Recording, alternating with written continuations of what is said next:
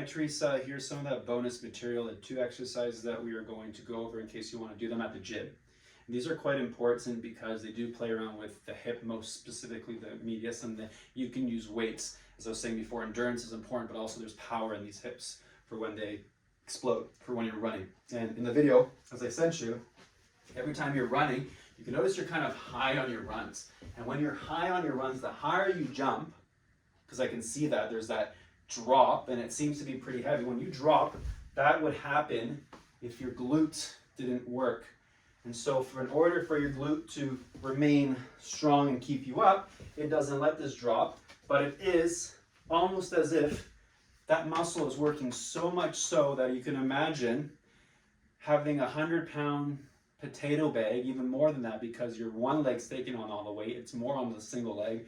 And every time I have you, like let's say we're standing next to each other, I throw this 100 pounds of potato bag, or just let's say 100 pounds, my old physio would always say potato bag. If I throw this 100 pounds and you're catching it multiple times, imagine how much stress that is on the body. So every time you're doing this, because you're running, every time you land on that right side, that small muscle, right, used to keep the hip up, is taking on an entire load of the body. So that's why pay attention maybe to your runs and maybe try closer to the ground to begin with. Like maybe don't hop as much. And if anything, incorporate these next 2 exercises to really strengthen that, which is the split stance Romanian crossover deadlift. And for you, the only thing the only modification we had to make was the hip. So the hip would pop. And if the hip pops, that's when you come down into it.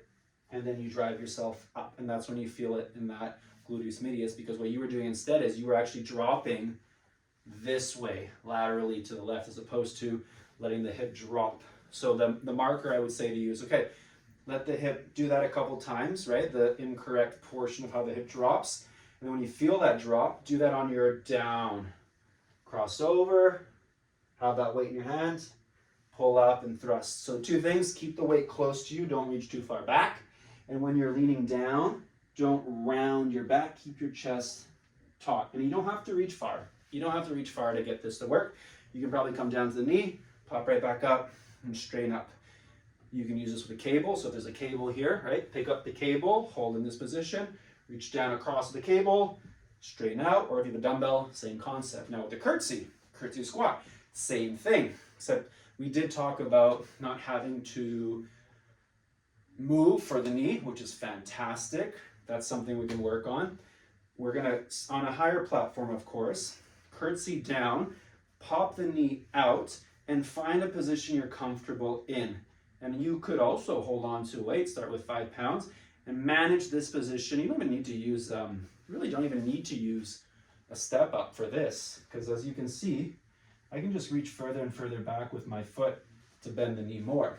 So slight bend the knee, pop the hip out, reach back and find that position that you're holding in. And this is all in that hip portion.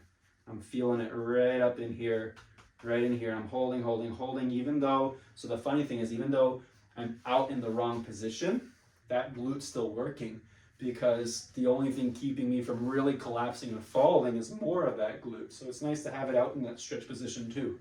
So that's really good too. And those are the 2 exercises that you can throw in at the gym. Of course, crossovers, so do the same on this side. Just have the toe back. Its stance isn't really important, but it's just nice to have the toe because it levels the hips. If I drop my foot down in this crossover, it's harder for my hip to pop out, so just have the toe down so I can pop my hip and cross over, and then curtsy one more time. Same thing, pop when you curtsy, reaching down and hold. Keep the knee slightly bent and hold that position. We also talked about maybe not wearing shoes for some of the exercises so you get your feet to work, because the feet are responsible for a lot of muscles around the shins. Just as God has created our upper body, He's created our lower body. It's quite similar. These muscles really activate as I move my limbs. All these muscles go right around the elbow. Same with the toes. If I move my toes, all the muscles go around my knee. So the better control and endurance and strength I have in these muscles, the better my knee will feel. And so maybe try without shoes. And that's about it for these bonus exercise videos.